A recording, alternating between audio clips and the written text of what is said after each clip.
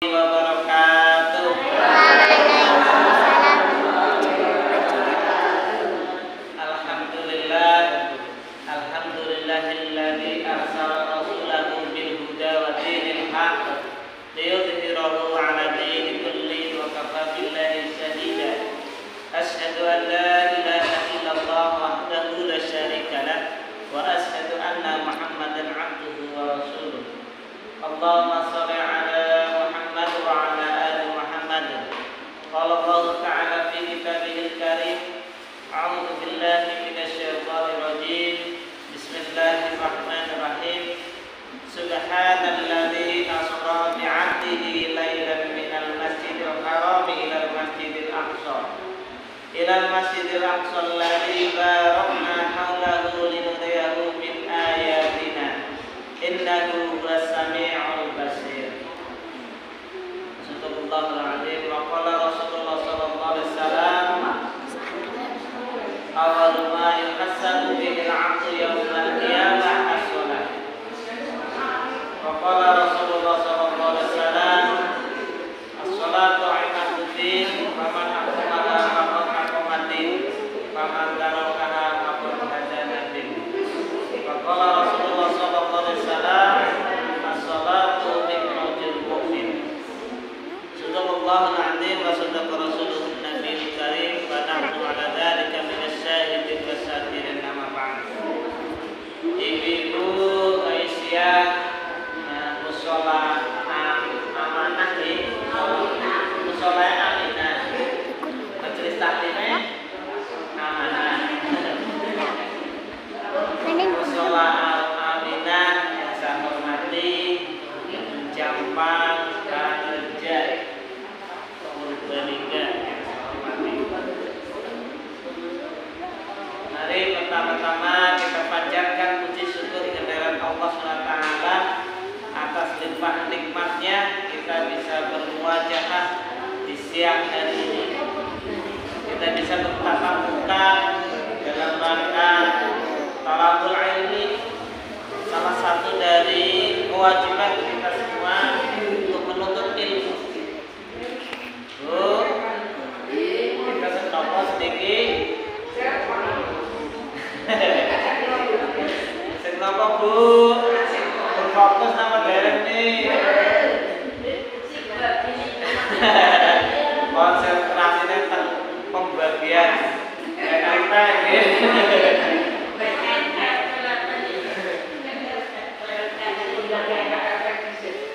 Alhamdulillah, bahwa kita sarang-sarang puji syukur kepada Allah SWT di kaulina hamdalah. Alhamdulillahi rabbil alamin. Kang kali sholawat wa salam mugi dumateng junjungan kita Nabi Agung Muhammad sallallahu alaihi wasallam. Beliaulah uswah hasanah suri toladan ingkang sampun fakta umat manusia dari zaman ke-8 jahiliyah kepada zaman ingkang terang benderang kanthi ajaran Islam. Mugia kita sedaya istiqomah nindakaken ajaran Islam dugi akhir hayat kita, sehingga kita insyaallah dengan paling syafaat dari baginda Nabi Muhammad. Alhamdulillah kita sampun manjing bulan Rajab, bulan ingkang dipun mulyakaken dari Allah SWT. Langkung mungkin tanggal 27 Rajab.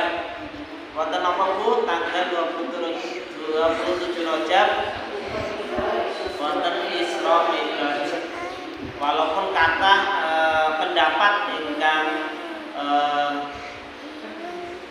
tapi sebagian besar ulama ya, niku sepakat tanggal 27 Rajab tahun ke-10 kenabian itulah momentum peristiwa agung inggih menika Isra wa Mi'raj Nabi Agung Muhammad sallallahu alaihi wasallam. Walaupun ada yang berpendapat 12 kenabian atau 13 kenabian atau terjadi 5 tahun setelah diutusnya Nabi Muhammad, tapi pendapat-pendapat itu kira-kira si paling kiat Isra wa Mi'raj Nabi Muhammad SAW itu terjadi tanggal 27 Rajab tahun ke-10 kenabian.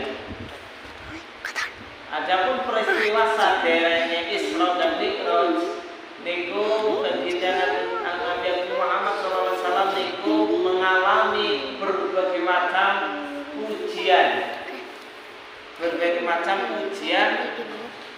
sehingga disebut Amul Hisni, tahun kesedihan. Ujian pertama menika ditinggalnya sinten Bu? Istri tercinta Nabi Muhammad SAW dan juga paman yang selalu melindunginya. Nah, itu paman Abu Thalib, itu yang melatar belakangi menjadi tahun kesedihan karena peranan Khadijah ya sebagai istri sekaligus donatur perjuangannya, sekaligus pendamping dalam dakwahnya dan berbagai sisi kelebihan Siti Khadijah yang menjadikan ketika Nabi Muhammad ditinggal oleh partnernya, oleh pasangannya, sehingga merasakan kesedihan yang luar biasa. Belum lagi ditinggal oleh pamannya Abu Thalib yang menjadi pelindungnya secara fisik. Ketika Nabi Muhammad mendapatkan ancaman pembunuhan, ancaman berbagai macam penyiksaan dari orang-orang musyrik Mekah, maka Nabi Muhammad hampir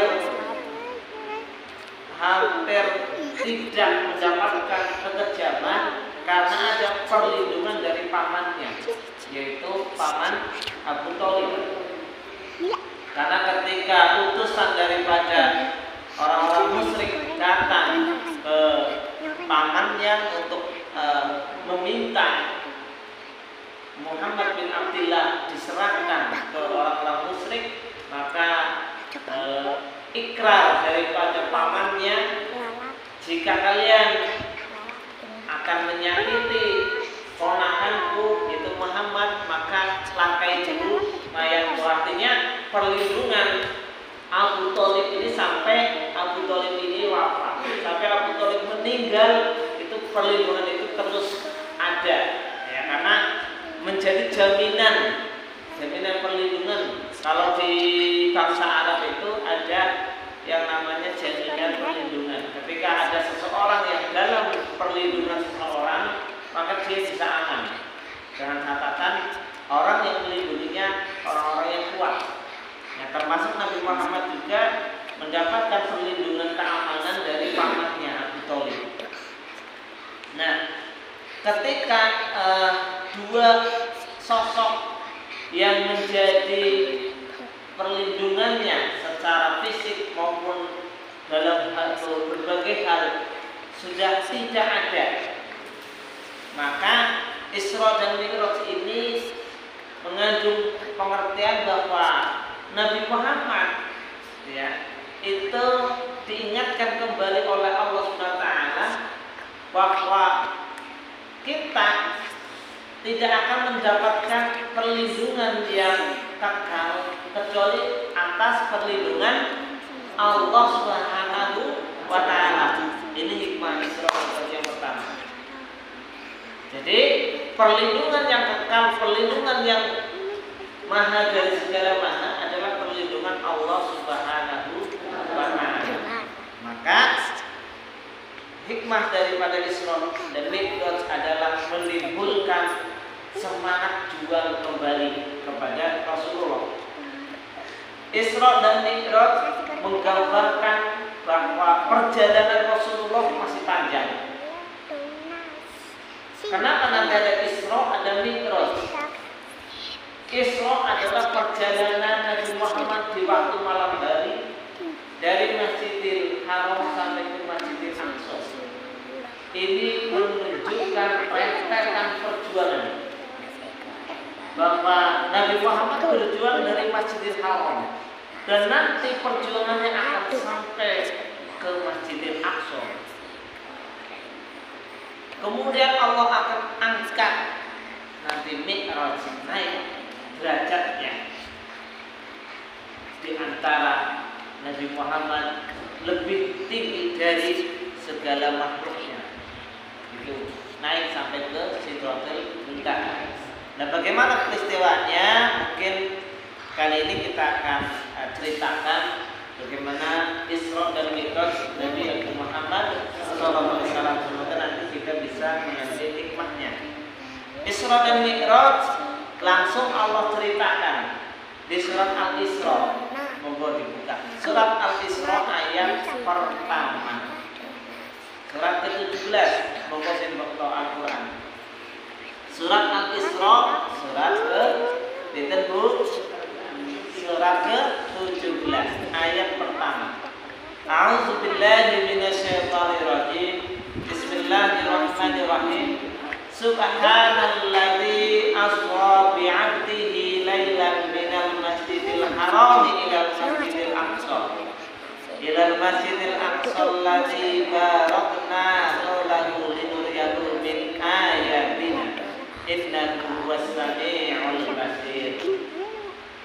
Yang artinya Maha Suci Allah yang telah memperjalankan hamba-Nya, yaitu Nabi Muhammad, pada malam hari dari Masjidil Haram ke Masjidil Aqsa yang telah kami berkahi sekelilingnya, agar kami perlihatkan kepadanya sebagian tanda-tanda kebesaran kami. Sesungguhnya Dia Allah Maha mendengar lagi Maha melihat. Allah memulai ayatnya untuk menceritakan Isra dan Mi'raj dengan kalimat tasbih. Napa kalimat tersebut? Subhanallah. Cuma Allahnya dihilangkan menjadi subhana. Ya, karena kalimat tasbih subhanallah, subhana, yang maha suci itu tidak mungkin ada yang maha suci selain Allah. Jadi tanpa kalimat Allah pun subhanallah itu, subhana itu sudah menuju kepada Allah SWT. Subhanalladzi, subhana, maha suci. Kalau sudah berbicara maha suci pasti Allah. Walaupun di situ tidak ada kalimat Allahnya. Maha suci artinya untuk Allah mau menceritakan Isra dan Mi'raj, Allah sudah menjaminkan kesuciannya, suci dari kebohongan. Jadi nggak mungkin cerita Isra dan Mi'raj ini bohong. Kenapa? Yang cerita langsung Allah Subhanahu wa Ta'ala. Tidak mungkin cerita ini bikin-bikinan Nabi Muhammad, rekayasa, tidak mungkin. Karena Allah mempertaruhkan kesuciannya. Tidak mungkin cerita ini bohong. Maka ketika ini yang didengar oleh Abu Bakar dengan keyakinan keimanan Abu Bakar, kalau lebih dari ini saja pasti saya akan percaya. Ini kalimat Abu Bakar ketika mendengar kisah Isra Mi'raj. Apalagi ini Allah yang cerita langsung. Subhanalladzi asra. Allah mempertaruhkan kesuciannya, ya. Berarti ini cerita langsung diceritakan oleh Allah, pasti benar adanya. Tidak mungkin dibikin-bikin, tidak mungkin bohong. Allah Maha Suci dari kebohongan, Allah Maha Suci dari kesalahan, Allah Maha Suci dari kekeliruan. Allah sempurna, maka cerita ini pun benar adanya. Yakin, Bu? Ya, karena peristiwa Isra Mi'raj ini di luar akal, harus diterima dengan iman. Maka di zaman Nabi, peristiwa Isra Mi'raj ini ada kalanya menambah keimanan bagi orang yang imannya utuh, bagi orang yang tidak ada penyakit dalam hatinya, maka semakin menambah iman. Bahkan nanti ada hikmah-hikmah yang sangat luar biasa dari peristiwa Isra Mi'raj. Tapi bagi orang yang lemah imannya, Isra dan Mi'raj ini akan semakin menjauhkan dirinya dari kepercayaannya kepada Nabi Muhammad, kepada Allah SWT. Dan bagi orang yang ingkar, orang-orang kafir, orang-orang musyrik, kisah Isra dan Mi'raj ini bahan ejekan, menjadi bahan ejekan bagi mereka untuk memfitnah Nabi Muhammad. Nabi Muhammad sudah gila. Ibu mau di posisi yang mana, Bu? Pertama, yang kedua, yang ketiga. Yang pertama nih, orang-orang yang beriman peristiwa Isra Mi'raj harus menambah keyakinan dan nanti ada hasil-hasil dari hikmah dari Isra Mi'raj. Kalau orang yang lemah imannya, Isra Mi'raj semakin menjauhkan. Kalau orang yang tidak beriman, Isra Mi'raj menjadi bahan ejekan untuk menyerang umat Islam. Nah, kita lanjutkan surat Al-Isra ayat pertama. Alladzi subhanalladzi asra, ya. Allah yang maha suci yang telah memperjalankan hamba, yang telah memperjalankan dari kalimat asra. Asra dari kalimat saro, ya. Saro berjalan, asra memperjalankan. Dan terus sinten sing memperjalankan? Allah. Yang punya kehendak siapa? Nabi Muhammad apa Allah? Allah. Maka yang menjamin seluruh perjalanan Nabi Muhammad dari mulai start sampai finish sinten? Allah. Karena yang punya kepentingan Allah, yang punya tanggung jawab adalah Allah. Nabi Muhammad hanya hamba yang diperjalankan, bukan berjalan sendiri. Maka kalau Nabi Muhammad yang diperjalankan, maka tanggung jawab yang memperjalankan seluruh kepentingan, seluruh apa yang terjadi di dalamnya adalah tanggung jawab yang memperjalankan. Siapa yang memperjalankan? Allah.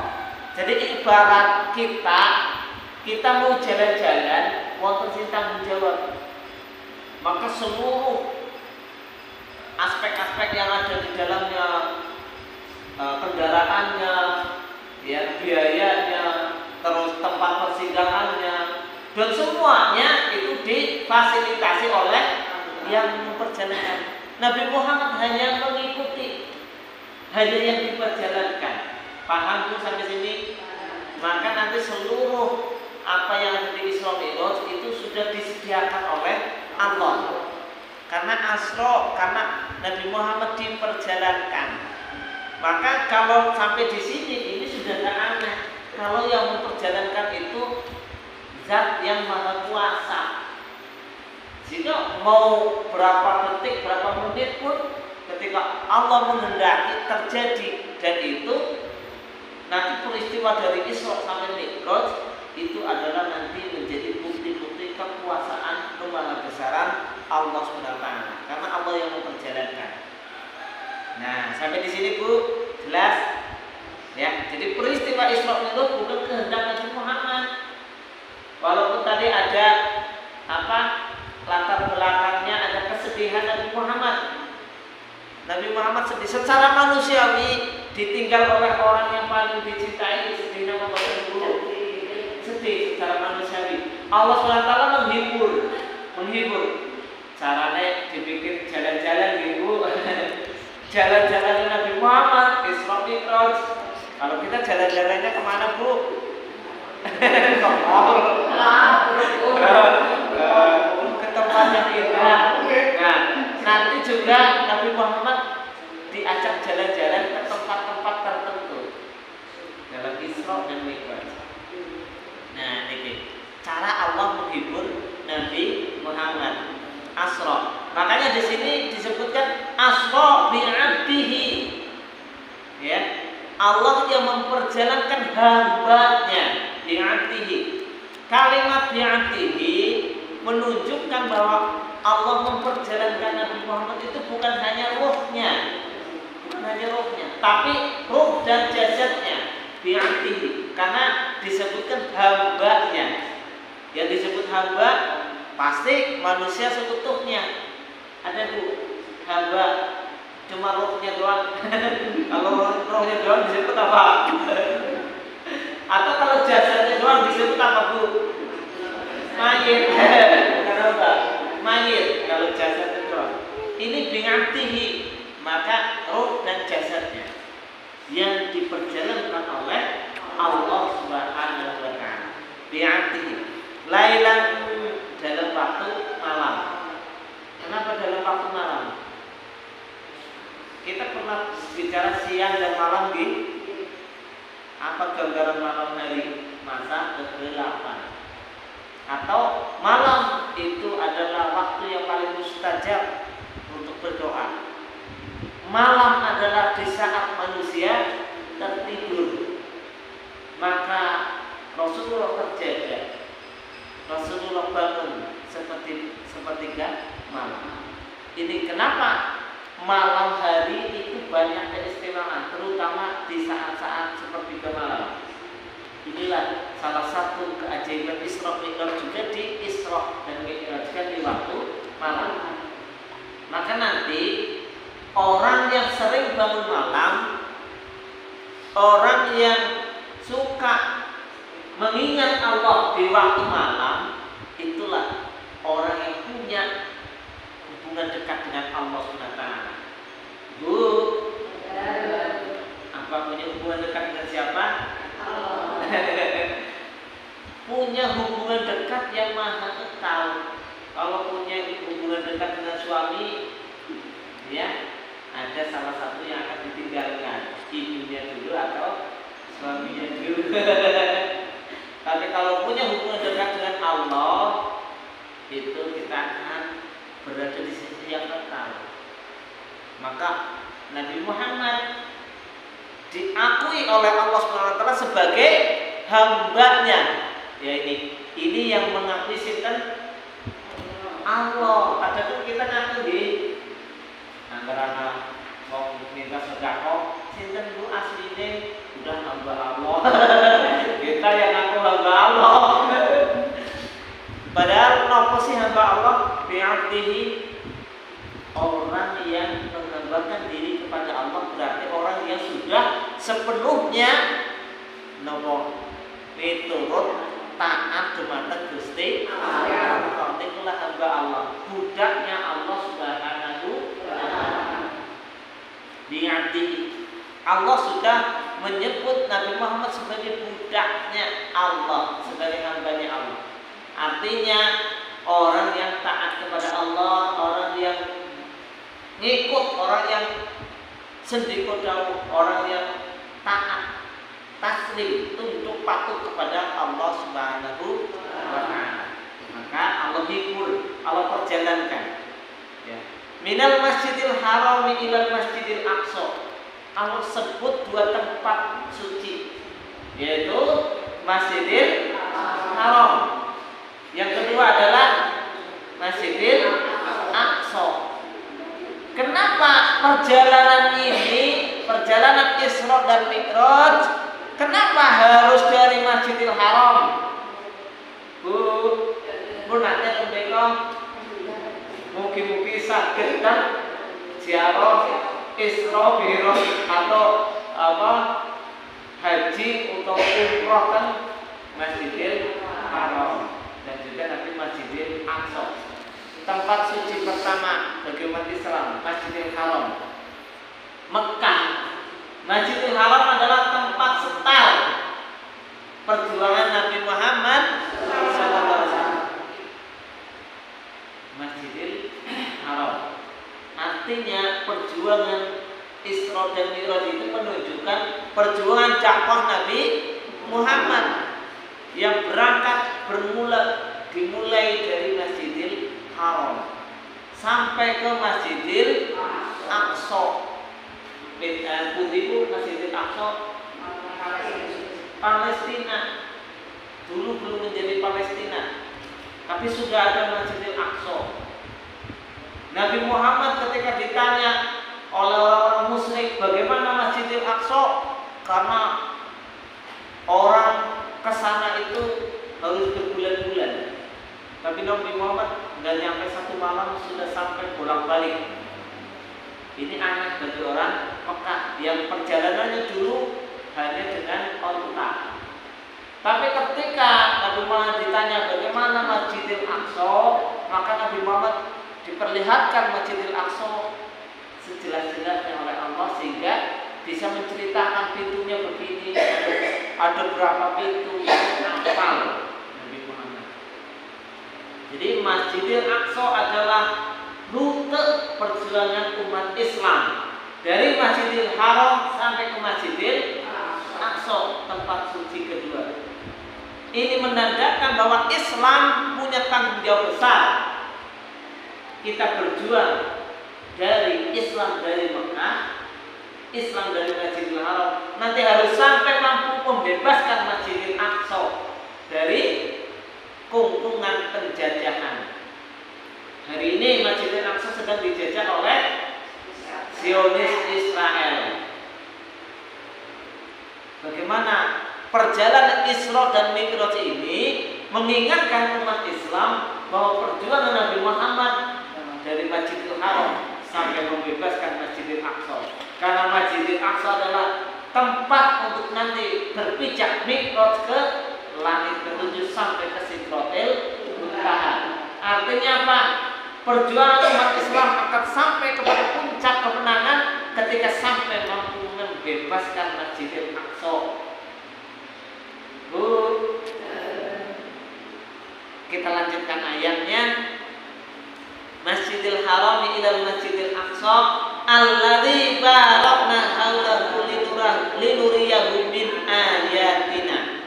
Masjidil Haram sampai Masjidil Aqsa yang telah kami berkahi sekelilingnya. Pertama, Masjidil Haram Allah berkahi. Di sana ada Ka'bah. Bu, Ka'bah milik sinten? Milik Allah SWT. Maka ketika ada yang akan menghancurkan Ka'bah, siapa yang turun tangan? Allah SWT. Maka ketika dulu Abraha, Raja Abraha akan menghancurkan Ka'bah, kemudian Abdul Muthalib, kakaknya Nabi Muhammad pada waktu itu menjadi penguasa di Mekah, disuruh menghadap raja yang kasar, raja yang kejam, yaitu Abraha. Ketika Abraha menyatakan, wahai Abdul Muthalib, apakah kamu penguasa Mekah? Betul. Hari ini kamu harus menyerahkan Ka'bah ke kami untuk kami hancurkan. Karena orang harus berpindah ke tempatnya Abraha. Dia sudah dibikin Ka'bah yang lebih indah, lebih besar, lebih menarik.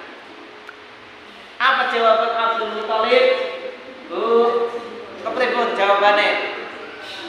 Saya memang penguasa masyarakat Mekah. Ini jawaban Abdul Muthalib luar biasa. Saya memang penguasa masyarakat Mekah, tapi saya bukan penguasa Ka'bah. Ka'bah ini milik Allah.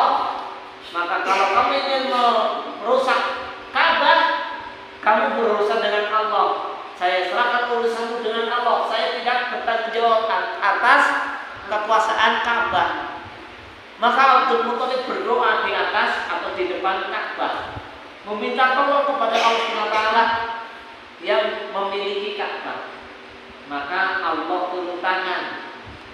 Pasukan gajah, pasukan Abraha diporak-porandakan hanya dengan batu kerikil oleh burung ababil.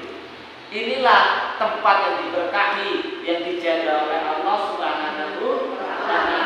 Begitu juga Masjidil Aqsa. Ibu yakin Masjidil Aqsa adalah diberkahi. Palestina adalah negeri yang diberkahi karena Masjidil Aqsa dan sekitarnya, ya, dan sekelilingnya. Dari Masjidil Haram ke Masjidil Aqsa yang telah kami berkahi sekelilingnya. Allah SWT sudah menetapkan dari masa Nabi Muhammad Masjidil Aqsa dan daerah sekitarnya dapat berkah dari Allah SWT. Karena di sanalah tempat diturunkannya para nabi. Sehingga ada orang-orang tertentu yang memperebutkan tempat suci tadi. Apapun alasannya, kalau Masjidil Aqsa akan dirobohkan, apa bedanya dengan Abraha yang dengan sombongnya ingin menghancurkan Ka'bah. Maka siapapun yang punya makar, punya niat untuk menghancurkan Masjidil Aqsa, maka hubungannya, permusuhannya dengan Allah Subhanahu wa Ta'ala. Mungkin umat Islam hari ini, orang-orang Palestina tidak mampu mempertahankan Masjidil Aqsa dengan sekuat tenaga, mempertahankan wilayahnya. Kita doakan para mujahidin Aqsa diberikan kekuatan, kesabaran menghadapi segala tuntutan hari ini. Kami yakin ada Allah yang akan melindungi, menolong mereka semua. Aqsa Palestina adalah negeri yang diberkahi. Allah berperan langsung di sana. Di sanalah tempat para syuhada. Sampai hari ini darah-darah syuhada mengalir di Masjidil Aqsa di Palestina. Maka siapapun yang merongrong Masjidil Aqsa akan bermusuhan dengan Allah SWT. Pasti Allah akan menurunkan azabnya. Siapapun yang mendukung Israel, maka kita sebagai umat Islam sebisa mungkin kita lakukan bagaimana kita mendukung Palestina dengan apa yang bisa kita lakukan hari ini, dan kita mengutuk Israel yang sudah melaksanakan genosida, pembasmian manusia. Bukan hanya penjajahan, tapi pembasmian, penghancuran manusia. Maka siapapun yang bersekutu dengan Israel pasti akan dihancurkan oleh Allah SWT. Karena Palestina negeri yang diberkahi. Inilah Isra Mi'raj. Kita harus ingat kembali sejarah perjalanan Nabi Muhammad dari Masjidil Haram. Kenapa sampai ke Masjidil Aqsa? Ternyata ini yang menjadi sejarah umat Islam sampai akhir zaman. Umat Islam dari zaman Nabi sampai akhir zaman tidak akan pernah sepi dari perjalanan sampai ke Masjidil Aqsa. Ya Bu ya.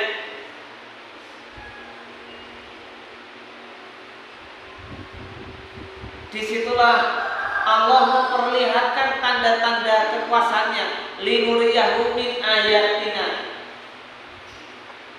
Isra dan Mi'raj, wujud Allah SWT mempertontonkan kepada manusia bukti-bukti kekuasaannya, bukti-bukti kebesarannya.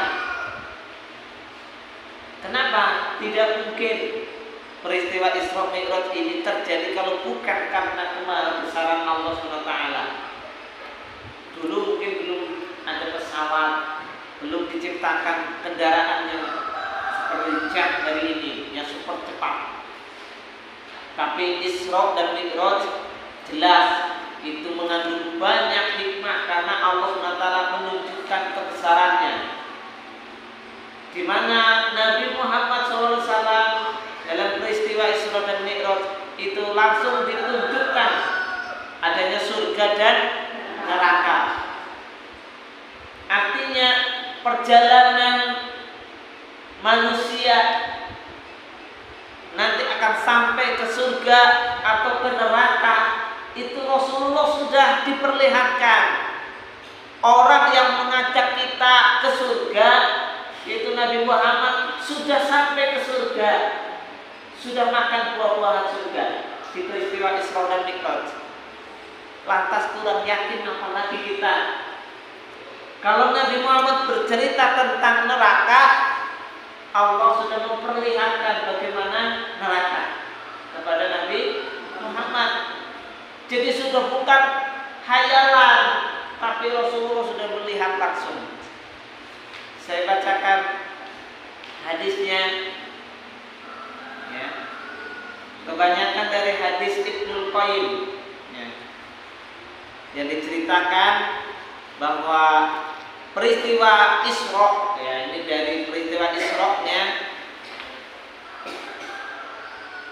bahwa perjalanan Isra Nabi Muhammad, beliau ditawari Lalu beliau memilih susu. Kemudian dikatakan kepada beliau, engkau telah diberi petunjuk sesuai fitrah.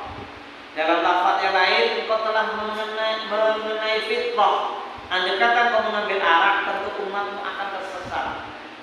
Ini pertama peristiwa di Isra. Beliau melihat 4 buah sungai di surga. 2 sungai nampak dan 2 lagi tersembunyi. 2 sungai yang nampak ini adalah sungai Nil dan sungai Efrat. Sudah nampak di surga. Yakni unsur keduanya, sedangkan yang tidak nampak adalah 2 sungai di surga. Barangkali makna melihat sungai Nil dan Efrat tersebut adalah sebagai isyarat akan eksisnya Islam pada kedua wilayah di mana kedua sungai tersebut berada. Sungai Nil dan sungai Efrat. Mesir ya. Di Palestina, Mesir ya, bagian sana, Timur Tengah. Beliau melihat malaikat Malik, penjaga neraka. Ya, sudah melihat malaikat Malik, yaitu penjaga neraka yang perawakannya tidak pernah tertawa, di wajahnya tidak terpancar kegembiraan dan keceriaan. Inilah malaikat Malik.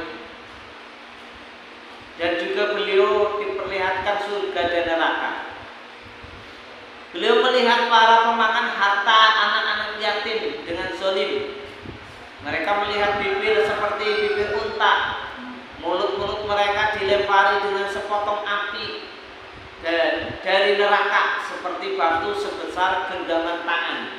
Lalu keluar dari dubur-dubur mereka. Dilempari api dari mulut sampai keluar sampai dubur. Ini orang yang memakan harta anak yatim.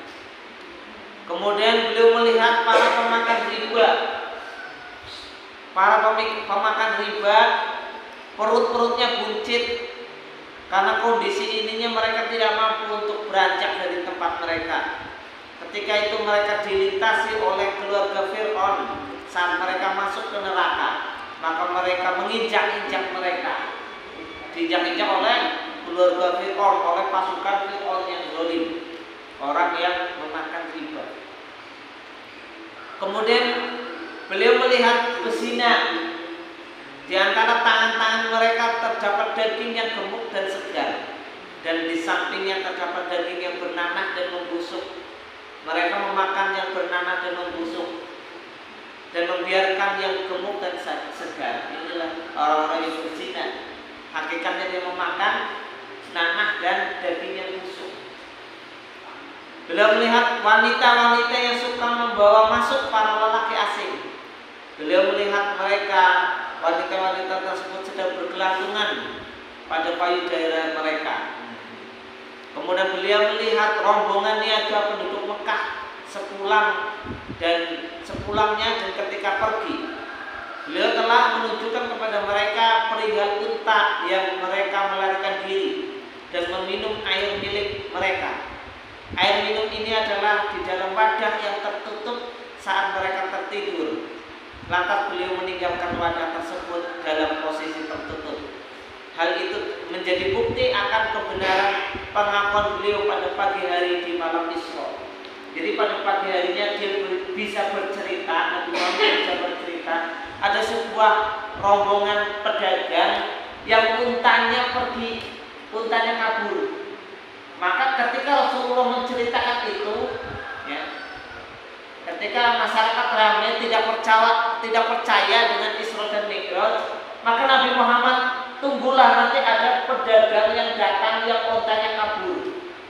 Ternyata ketika Rasulullah menceritakan seperti itu, tidak lama kemudian pedagang ini datang. Dan apa yang diceritakan oleh Nabi Muhammad persis dengan yang terjadi pada orang-orang rombongan pedagang ini.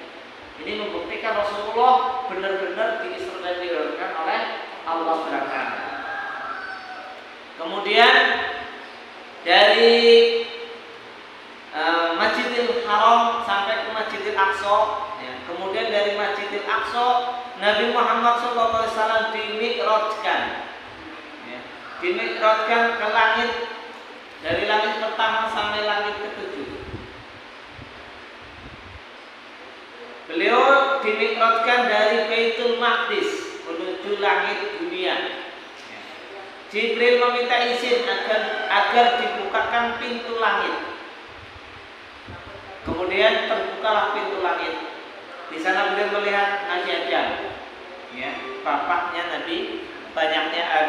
manusia, Nabi Adam, di langit pertama. Beliau memberi salam kepadanya, lalu dia menyambutnya dan membalas salam tersebut serta mengakui kenabian beliau. Allah juga menampakkan kepada beliau ruh-ruh para syuhada dari sebelah kanan Nabi Adam. Kemudian roh-roh orang-orang yang sengsara dari sebelah kirinya. Kemudian beliau mi'raj lagi ke langit kedua. Jibril meminta izin agar dibukakan pintunya untuk beliau. Di sana beliau melihat Nabi Yahya bin Zakaria dan Isa bin Maryam. Lalu menjumpai keduanya dan memberi salam.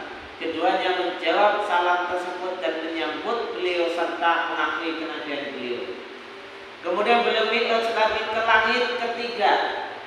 Di sana beliau melihat Nabi Yusuf, lalu memberi salam kepadanya.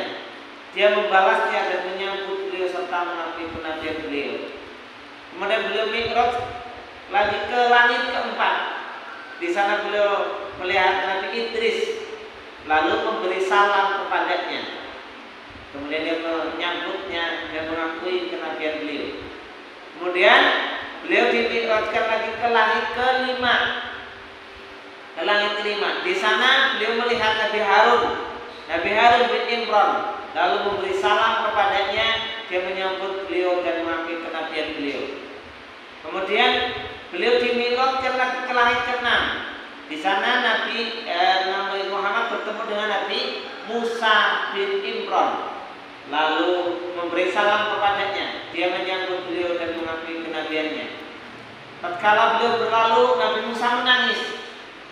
Ketika ditanya kepadanya, apa yang membuatmu menangis? Dia menjawab, aku menangis karena ada seorang yang diutus setelahku, yang jumlah umatnya yang masuk surga lebih banyak dari umatku. Umat Islam yang masuk surga lebih banyak daripada umat Nabi Musa. Umat Nabi Musa siapa? Orang-orang Yahudi. Ada yang masuk surga yang lurus yang di zaman Nabi Musa, ya. Kalau yang Yahudi sekarang justru memusuhi Islam, maka bagaimana akan masuk surga? Kemudian beliau dimi'rajkan lagi ke langit ketujuh. Di sana bertemu dengan Nabi Ibrahim alaihissalam. Lalu beliau memberi salam kepadanya. Dia menyambut beliau dan mengakui kenabiannya. Kemudian beliau naik ke Sidratul Muntaha, lalu ke Baitul Ma'mur. Kemudian naik, ya, kemudian dimi'rajkan lagi menuju Allah Subhanahu wa Ta'ala dari Baitul Ma'mur. Beliau mendekat kepadanya hingga hampir sejarak 2 buah busur atau lebih dekat lagi. Kemudian dia mewahyukan kepadanya wahyu tentang kewajiban sholat 50 waktu. Kemudian beliau kembali hingga melewati Nabi Musa. Lalu dia bertanya, Nabi Musa bertanya kepada beliau, apa yang diperintahkan kepadamu? Beliau menjawab, 50 waktu sholat. Dia berkata, umatmu pasti tidak akan sanggup melakukan itu. Kemudian kembalilah ke rohmu dan mintalah keringanan untuk umatmu. Beliau menoleh ke arah Jibril seakan ingin meminta pendapat dalam masalah ini. Jibril mengisyaratkan persetujuannya jika beliau memang menginginkan hal itu. Lalu Jibril membawa beliau naik lagi hingga membawanya ke hadapan Allah SWT yang maha tinggi, maha suci, lagi perkasa. Sedangkan Jibril berada di tempatnya. Ya, ini jadi ada di lafal Bukhari, ya, yang memberikan periwayatan seperti ini. Lalu Allah menguranginya menjadi 10 waktu sholat. 10 waktu sholat. Kemudian beliau turun hingga kembali melewati Nabi Musa, lantas memberitahukan hal tersebut kepadanya. Dia berkata kepada beliau, kembalilah lagi kepada Rabbmu dan mintalah keringanan. Beliau terus mondar-mandir dari Nabi Musa sampai Allah, ya ke Allah hingga akhirnya menjadikan sholat menjadi 5 waktu. Kemudian Musa memerintahkan beliau agar kembali kepada Rabb dan meminta keringanan lagi. Sudah bolak-balik berapa kali? 10 kali ya. Dari 50 waktu bolak-balik sampai 10 kali. Jadi tinggal berapa? 5 ya. Tinggal 5. Nabi Musa masih nyenyang ya, masih nawar, suruh balik lagi. Nah, bagaimana jawaban Nabi Muhammad? Sungguh aku malu kepada Rabbku. Aku rela dengan hal ini dan menerimanya. Setelah beliau menjauh, terdengarlah suara menyeru, aku telah memberlakukan farduku dan telah memberikan keringanan kepada para hambaku. Kemudian Ibnu Qayyim menyinggung perbedaan persepsi seputar melihatnya beliau terhadap Rabbnya. Dia juga menyebutkan ucapan Ibnu Taimiyah mengenai hal ini. Yang inti dari pendapat-pendapat tersebut menyatakan bahwa ada yang mengatakan dengan ruhnya atau dengan mata telanjang bertemu dengan Allah. Ini tidak perlu kita bahas ya. Artinya Allah punya kehendak di situ, punya kehendak untuk memerintahkan sholat. Ya, untuk memerintahkan sholat itu spesial. Perintah sholat ini spesial untuk Nabi Muhammad.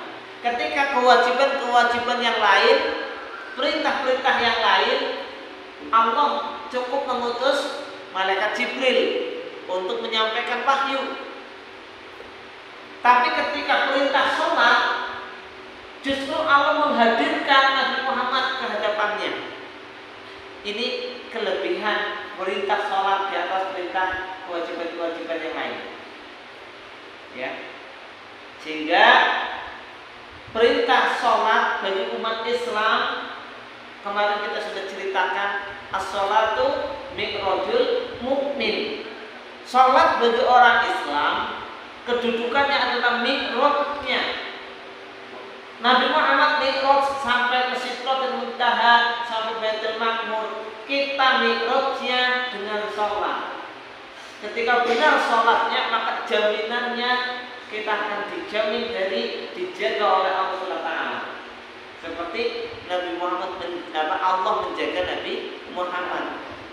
Seperti Allah menjaga Masjidil Haram, Masjidil Aqsa. Ketika kita benar sholatnya. Sementara hari ini kita umat Islam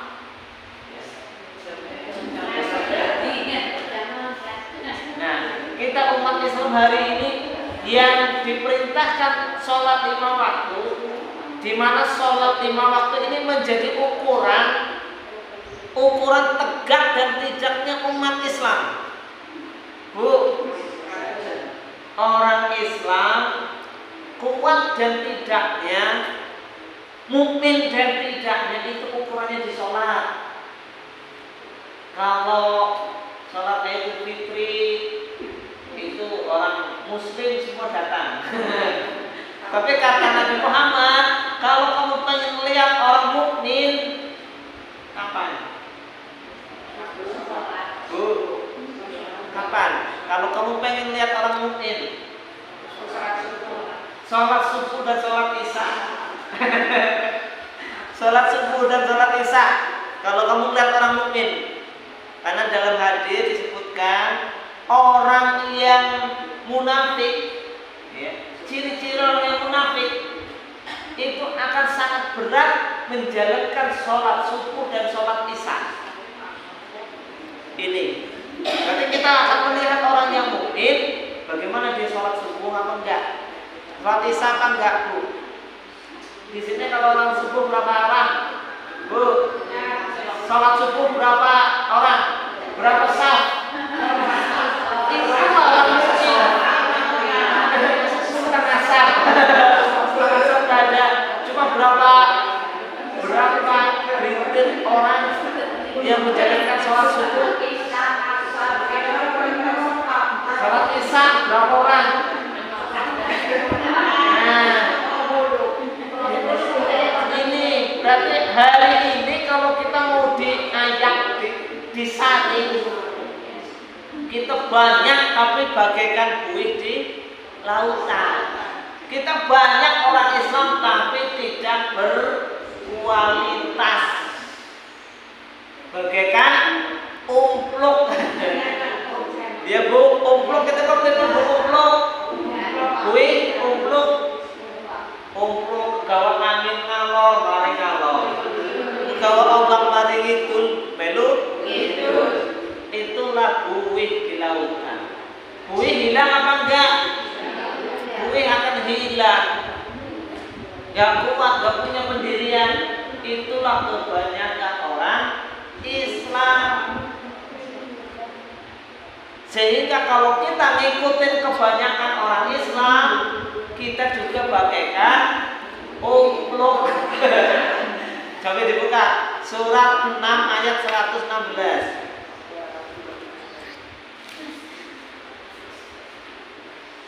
Surat 6 ayat 116. Kepanggih. Panggih. A'udzu billahi minasyaitonir rajim. Bismillahirrahmanirrahim. Wa in tuti' aksara man fil ardi yudilluka an sabilillah.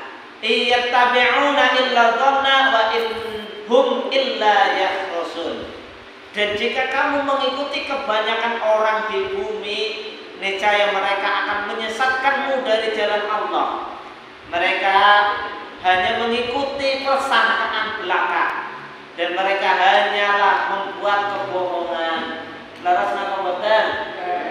Kalau kita mengikuti kebanyakan manusia, justru kita akan disesatkan. Kita akan tersesat karena kebanyakan manusia itu umpluk. Napa?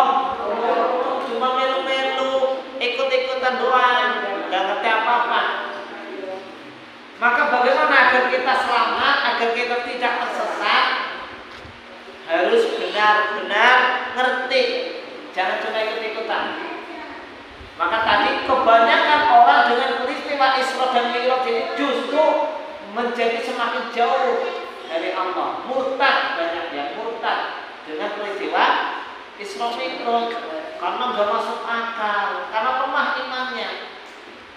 Tapi orang-orang yang benar imannya semakin yakin, semakin kuat imannya. Nah, maka hari ini dengan peristiwa Isra Mi'raj hasilnya adalah sholat. Bagaimana sholat ini mampu menjadi perisai? Bagaimana dengan sholat ini mampu menjadi benteng buat kita? Benteng kekuatan, benteng pertahanan umat Islam itu di sholat, terutama sholat berjamaah. Maka orang Yahudi, Israel, anak gak takut sama orang Islam.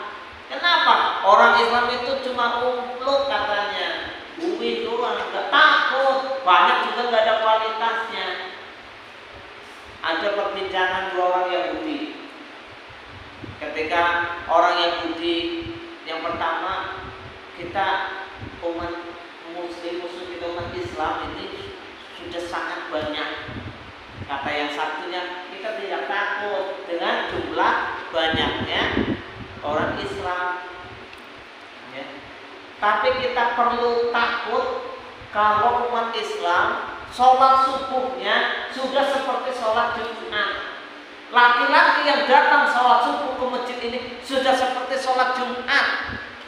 Itu berarti umat Islam sudah kuat. Sudah kuat.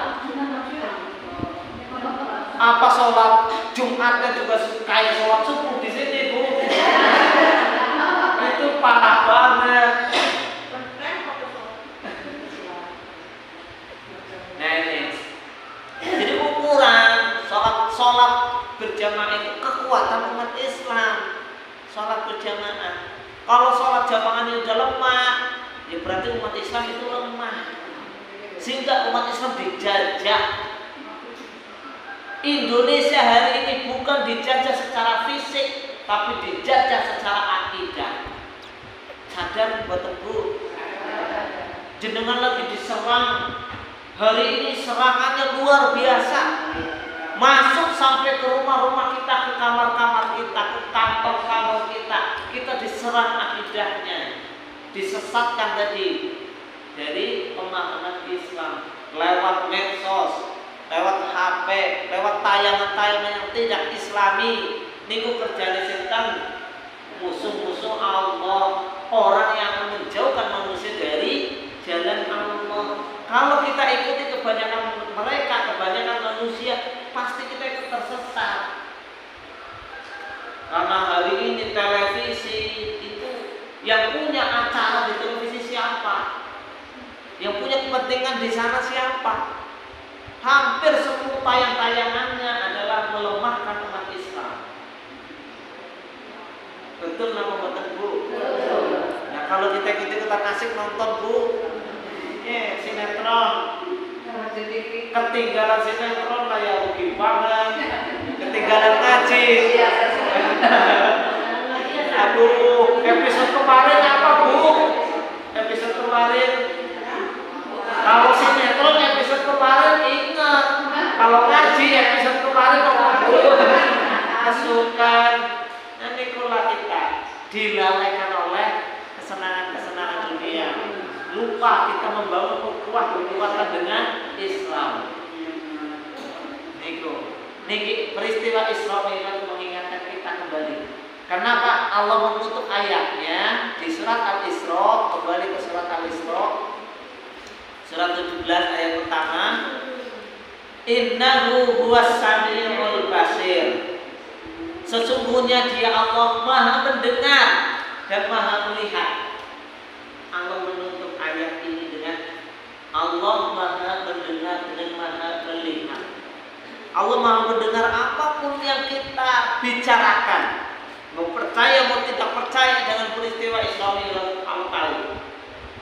Dan Allah Maha mendengar apapun yang diperbuat oleh kita. Allah Maha melihat. Allah Maha mendengar, Allah Maha melihat. Maha melihat apapun yang diperbuat oleh manusia. Allah ngerti, Allah paham. Ya, sehingga kita hari ini kalau yakin dengan peristiwa Isra Mi'raj, kalau dengan peristiwa Isra Mi'raj ini menguatkan kita, mari kita lakukan hasil dari Isra Mi'raj, peristiwa momentum perintah sholat 5 waktu yang 355-nya yang tadi 50 ya, udah didiskon Ibu jadi 5 waktu. Mau minta diskon lagi? Nah, 5 waktu. Nabi Muhammad tadi sudah malu, saya malu kepada Tuhanku. Udah didiskon banget. Nanti umatnya minta diskon lagi. Berkahnya 5 waktu, cuma baru bisa 3. Ada yang baru sholat 1-2 maghrib, minta diskon lagi. Harusnya kurang, 5 waktu ini kita tambah. Karena tadi Allah berkahi, apa itu berkah? Ziyadatul khair. Jadi kalau ibu dapat perintah kewajiban 5 waktu, kurang benar. Kalau berkah harus nambah Bu. Jangan 5 waktu, tambah ya. 6 waktu, 7 waktu, duhanya, tahajudnya, sunnah-sunnah yang lainnya, itu namanya berkah. Bu, kalau hari ini dengan peristiwa Isra Mi'raj ini membawa berkah kepada kita, insya Allah kita tambah sholatnya yang tadinya belum genap 5 waktu harus dilengkapi. Kemarin sudah disampaikan ya bagaimana ancaman orang yang tarku sholat, yang meninggalkan sholat ya, luar biasa ancamannya. 15 azab untuk orang yang meninggalkan sholat dari dunia sampai ke akhirat. Harus kita tingkatkan yang masih bolong-bolong. Kenapa? Walaupun sholat yang sudah sholat nih, ada yang sholatnya masih lalai, waktunya ditunda-tunda sampai akhir, diundur-undur terus. Sholat di akhir waktu, tingkatkan di awal waktu, karena sebaik-baik amalan adalah sholat di awal waktu. Sholat di awal waktu paling baik. Nah, karena nanti kalau sampai telat sholatnya, walaupun kita sholat kita masih sudah sholat tapi di luar waktu, kita kena azab 80 tahun di neraka. Kemarin sudah dibaca ya ayatnya ya. Padahal satu harinya di neraka atau di akhirat 1000 tahun di dunia. Itu sudah sholat, masih sholat tapi telat waktunya, Bu. Subuh jam pinten? Nah, jam pinten? Tengah pintu. Anu rumune jam tengah pintu langsung sholat. Karena tidak boleh ditinggalkan sholat. Tapi ibu kena siksa 80 tahun padahal sholat telat waktunya. Makanya dijaga sholat di awal waktu. Ya, waktu. Yang sudah genap sudah di awal waktu, tingkatkan lagi. Perbaiki sholatnya terus lebih khusyuk. Kemudian ditambah lagi dengan sunnah-sunnah yang lain. Ditambah lagi zikirnya, ditambah lagi bacaan Qur'annya. Karena semua amalan kebaikan nanti kita akan menjadi cahaya di alam kubur dan alam akhirat. Insya Allah menikolah peristiwa Isra Mi'raj. Ketika benar kita memaknai Isra Mi'raj, kita akan naik derajatnya oleh Allah Subhanahu wa taala. Kalau Nabi Muhammad dengan peristiwa Isra Mi'raj, semangat perjuangannya kembali. Akhirnya Allah membuka pintu kemenangan bagi umat Islam, yaitu dibukanya Yathrib untuk menerima Islam, menjadi Madinah Nabi. Sehingga perjuangan Nabi Muhammad mendapatkan harapan di Madinah yang 13 tahun disiksa, 13 tahun diintimidasi, dikucilkan di Mekah. Dengan Isra dan Mi'raj, Rasulullah mendapatkan tempat yang aman, yang mampu menerima Islam, yaitu Yathrib yang menjadi Madinah Nabi, Madinah Al-Munawwarah hari ini. Itu dengan perjuangan Isra Mi'raj. Allah angkat derajatnya. Insya Allah kalau kita benar menjalankan hasil dari Isra Mi'raj, sholat, insya Allah akan dibukakan seluruh pintu permasalahan akan dibuka sehingga kita mampu menghadapi kehidupan ini dengan baik.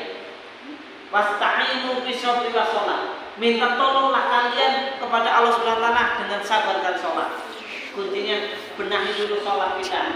Benar sholat kita, maka akan baik hidup kita. Perbaiki sholatmu, maka Allah akan memperbaiki hidup kita.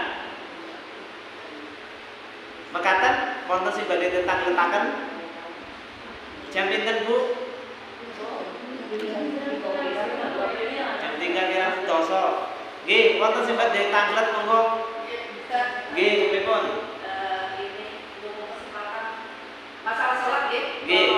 Yang akan saya tanyakan itu ya sholat sunat gitu ya. Nggih. Ketika kita mungkin sholat tahajud malam di akhir waktu ya, terus sudah menjelang subuh ya. Kemudian ada suara adzan lagi. Kadang berbeda gitu dari masjid satu ke kadang adzannya berbeda. Kita itu mungkin mengikuti, kita kan perempuan ya, mungkin boleh katanya boleh sholat di rumah.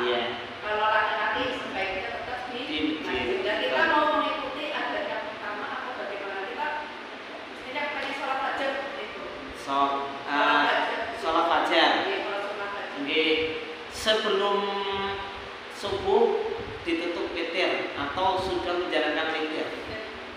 Jangan ditinggalkan witir. Kalau belum witir kok adzan, kita witir dulu. Oh gitu. Boleh kita sholat adzan, kita sholat witir dulu. Sholat witir karena Rasulullah tidak pernah meninggalkan sholat witir.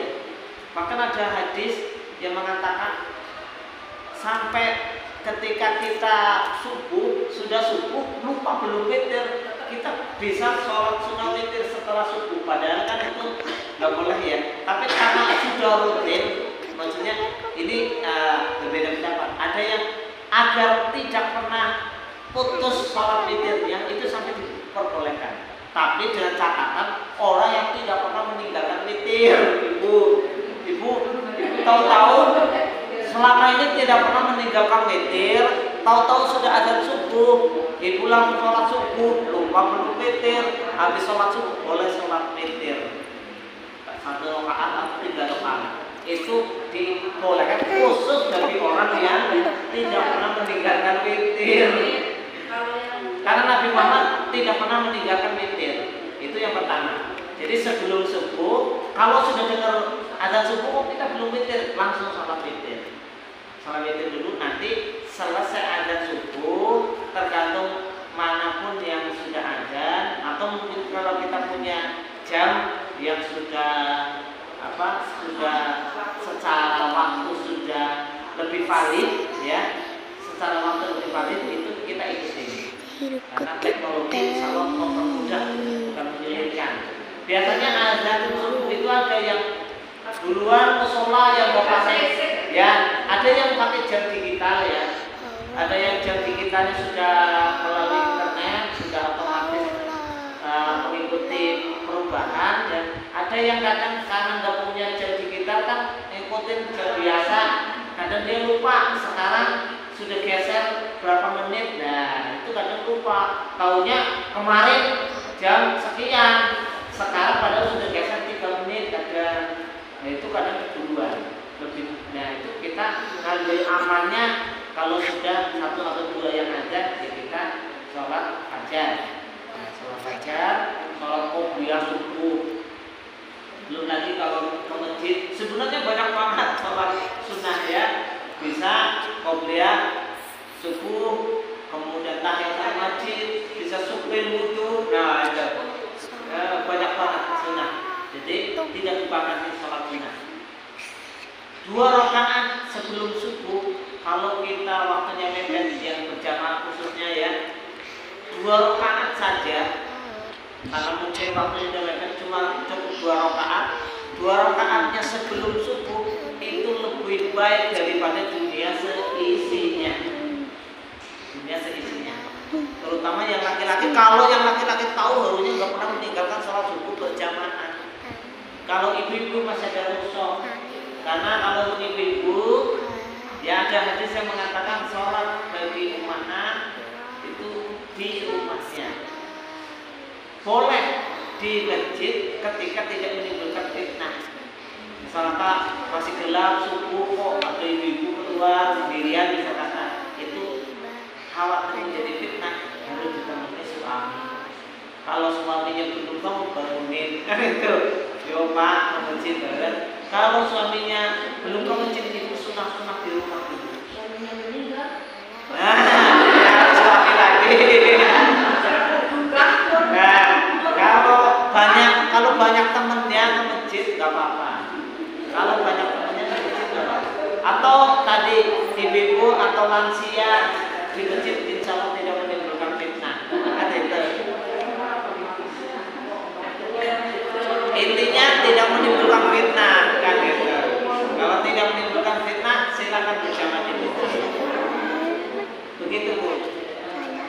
Oke.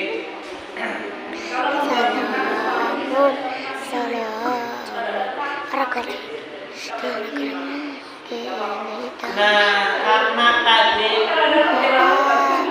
jadi gini, ada hadis yang mengatakan Allah tersenyum ketika ada suami atau istri yang menciprakan air ke muka wajah pasangannya. Bahkan sampai diciprakan baru jangan digulung.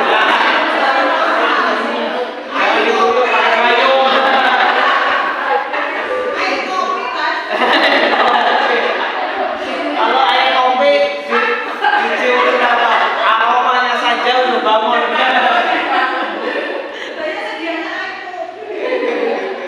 Sampai cipratin mukanya, artinya sampai diupayakan. Jadi gini, kalau sudah ada subuh pasangan kita belum bangun, maka kita wajib membangunkan. Iya. Sampai tadi dicipratin kamu belum bangun. Tapi perjanjian dulu. Pak, nanti kalau saya ada subuh belum bangun, nanti Bapak cipratin saya mukanya pakai air ya Pak. Gitu. Begitu juga Bapak, kalau Bapak belum bangun saya yang cipratin, gitu. Perjanjian dulu. Itu insya Allah itu kerjasama yang sangat baik sampai Allah tersenyum. Artinya Allah ridho. Ya, kalau Allah ridho, kalau suami kita marah, Pak maaf ya, Allah ridho Pak. Jadi Bapak jangan marah gitu.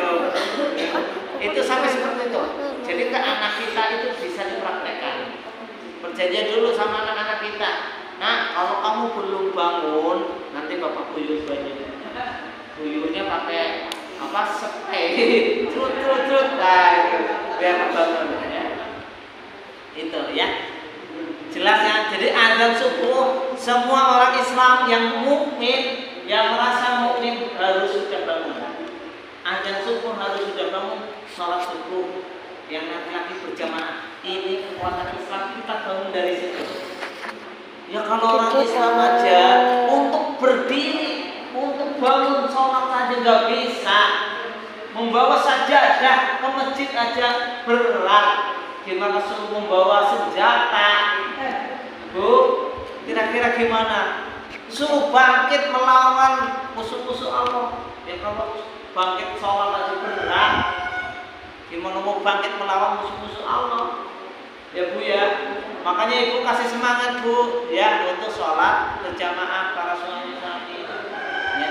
Ciri-ciri orang mukmin tadi sholat subuh dan sholat isya ringan.